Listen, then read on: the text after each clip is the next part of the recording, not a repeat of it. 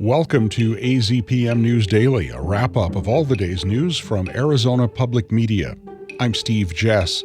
And on this Thursday, a planned solar farm outside Tucson is raising questions. Who will be buying the power? Where it will be going? Pinal County votes out its flock cameras. He says it'll take weeks. I said it takes citizens 5 minutes to get him out. And a new girls' club aims to take the fear out of growing up. It doesn't have to be scary or shameful or embarrassing. It's something that we can celebrate. That's ahead on this Thursday, August 13th, 2026. Topping our news today, a Spanish utility company is planning a 500-megawatt solar and battery storage project in a rural part of Pinal County.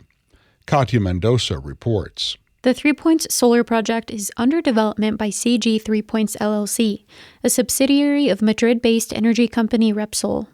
It's slated for an Arizona State Land Trust property that's currently used for grazing. Nearby residents like Shane McDaniel say they're opposed to the project and have many questions. I have questions mainly if it does go through, who will be buying the power, where it will be going. The project would interconnect onto Tucson Electric Power's Pinal West to South high-voltage transmission line. Repsol says the project could power more than 124,000 homes annually. I'm Katia Mendoza, AZPM News. Congressman Juan Ciscomani is asking the Trump administration to suspend its plan to shutter a federal facility in Tucson where tribal members go to receive medical care. We hear more in this report from Elisa Resnick. The Indian Health Services Tucson office serves more than 28,000 tribal members from the Pasco Yaqui, the Hana-Atam Nation, and other tribes. Health and Human Services, which oversees the Indian Health Service, says it planned to shutter the facility as part of a broader reshuffling of the agency. It plans to merge operations handled there with the Phoenix office. In a letter to Health Secretary Robert Kennedy Jr., Ciscomani says closing the facility would force patients to travel farther. The Republican congressman is the latest lawmaker to call for the facility to remain open. Democrats in Arizona's legislature have been calling for the same since the plan was announced in June. Elisa Resnick, Tucson. Congressman Ciscomani also toured Benson Hospital on Wednesday. In June, the hospital was awarded a $2 million federal grant to help expand its emergency department and build a modern laboratory. Ciscomani also voted to advance a bill that includes $55 million for training programs, including $5 million to support medical school partnerships. Benson Hospital CEO Gary Karchner said he appreciated the congressman's commitment to serving community needs. But emergency doctor Larry DeLuca said in July at a news conference he expects to see more patients in the Benson Hospital emergency room as a result of Medicaid cuts that Ciscomani supported. Home prices in Flagstaff have nearly tripled since 2011, according to a new report from Housing Solutions of Northern Arizona. Devonna McLaughlin is the organization's CEO. She says Flagstaff sees high demand for homes since it's a vacation destination, a university town, and a popular place to retire. But as demand grows larger, Flagstaff cannot. Our supply is limited. We are an island on a hill. We're surrounded by state trust land and national forest land, and we can't sprawl the way Phoenix has done over time. McLaughlin said the city is making investments to redevelop properties into affordable housing and to offer down payment assistance to some homebuyers. Pinal County supervisors this week voted to end their contract with Flock Safety over its controversial license plate reading cameras.